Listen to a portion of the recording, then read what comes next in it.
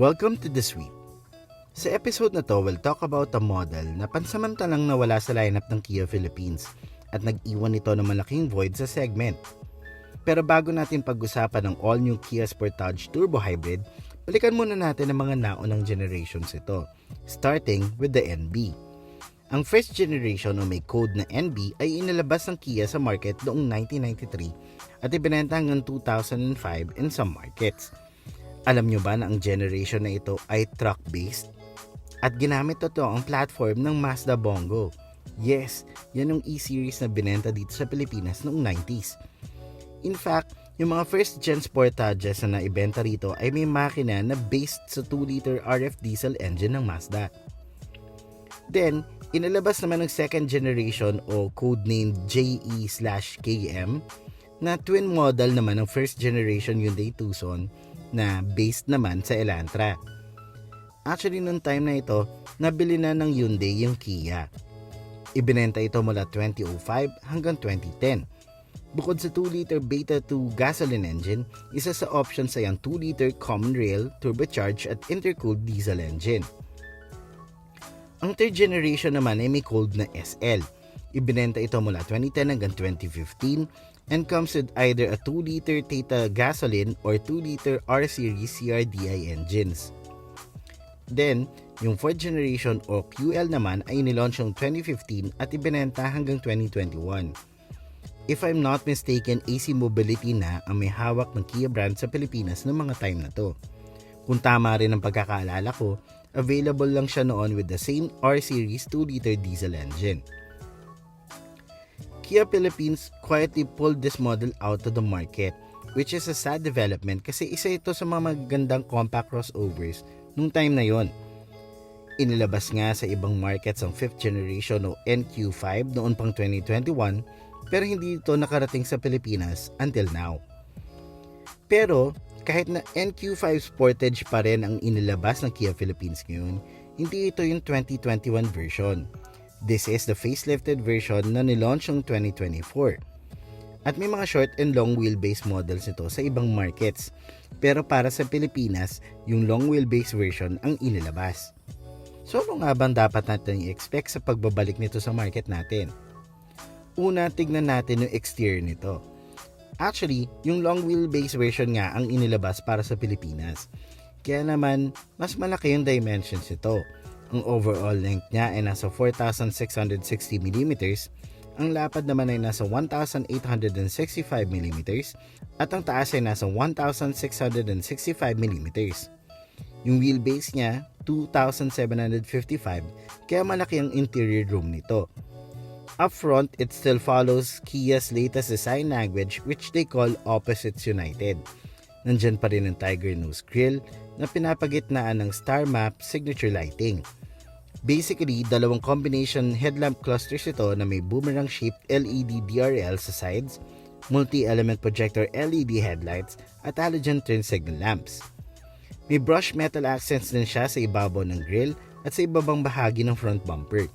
Nasa gilid naman ng lower bumper openings ang twin LED projector fog lights nito. Right beside these are vertical gloss black trims. Yung sides niya naman ay may central curves. It has soft character lines sa shoulder line at lower part ng front and rear doors. Wrapped around din yung gloss black cladding nito na nagsisimula sa front bumper, tumawid sa fender lines, running board at sa rear bumper nito. Meron itong dalawang design ng 18-inch wheels depende sa variant na kukunin mo. Both are wrapped with 235/60 tires.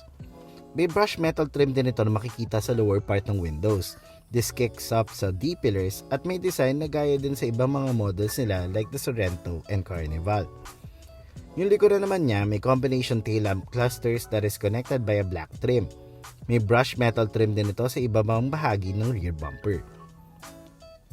Pagpasok mo naman sa loob, you'd be greeted by a futuristic interior. May D-shaped 2-spoke steering wheel na may buttons for the trip computer, ADAS features at infotainment system. Sa likod ng steering wheel ay isang combination instrument panel na may LCD parts para sa speedometer and tachometer at may maliit na screen naman sa gitna which serves as a multi-information display. Naka-encase ito sa isang mahabang slab kung saan kasama rin nito ang 12.3-inch center display kung saan makikita ang ibang vehicle settings and also serves as the infotainment display. Speaking of the infotainment system, top-of-the-line models get Harman Kardon audio systems, which is one of the better implemented OEM systems sa market ngayon. Unlike several new vehicles na nasa loob ng screen yung aircon controls, may dedicated HVAC controls pa rin ito na nasa ilalim na ng center aircon vents. Cool yung part na ito ng sasakyan kasi bukod sa rotary switches ay meron din itong touch-sensitive buttons. Nag-iiba ng function ng mga switches nito to infotainment controls with just a touch of a button. May mood lighting din all around the cabin, adding sophistication to the interior. Sa center console, makikita mo yung wireless phone charger, rotary gear selector, as well as other buttons for other vehicle functions. Electronic na din ang activation at deactivation ng parking brake na to, na yung lever makikita mo sa left side ng steering wheel. May power adjustments din para sa driver's seat to get the perfect driving position. Maganda rin ang design ng door cards ito at medyo kakaiba yung door latch actually, which is a cool touch. Halo din ng materials na ginamit sa loob ng Sportage.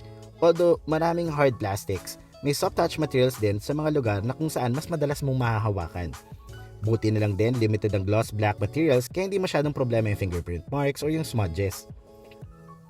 Dahil nga sa long wheelbase siya, roomy din ito for all 5 passengers at kumpleto din sa creature comforts kagaya ng USB charging ports at rear aircon vents.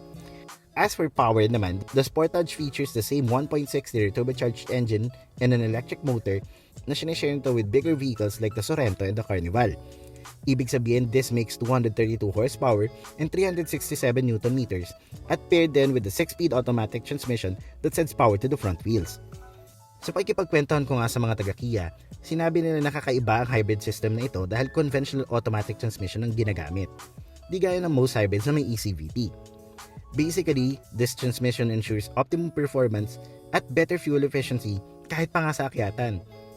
Kaya nga kahit 1.49 kWh lang ang battery pack nito ay good pa rin siya up to 35 km of EV-only range.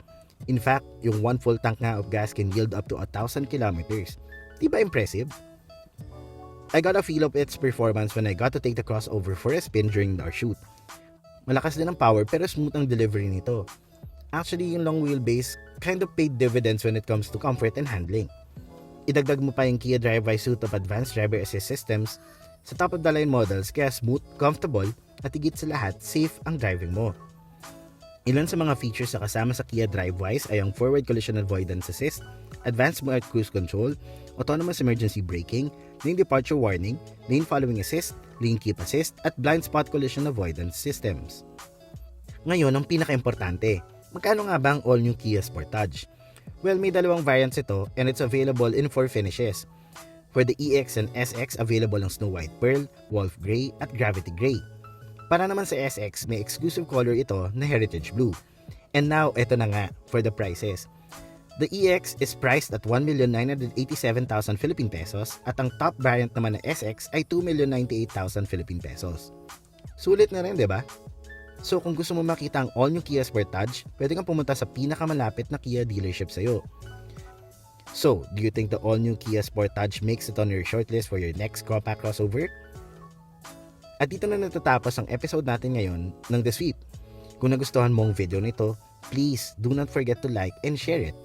Kung may opinions ka naman o mga tanong, pwede ring suggestions, pwede mo nang i-type yan sa comment section.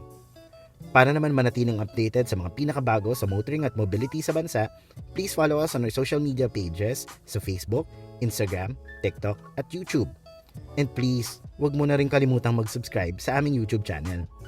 Salamat sa panonood sa episode na to and we'll see you again on the next one.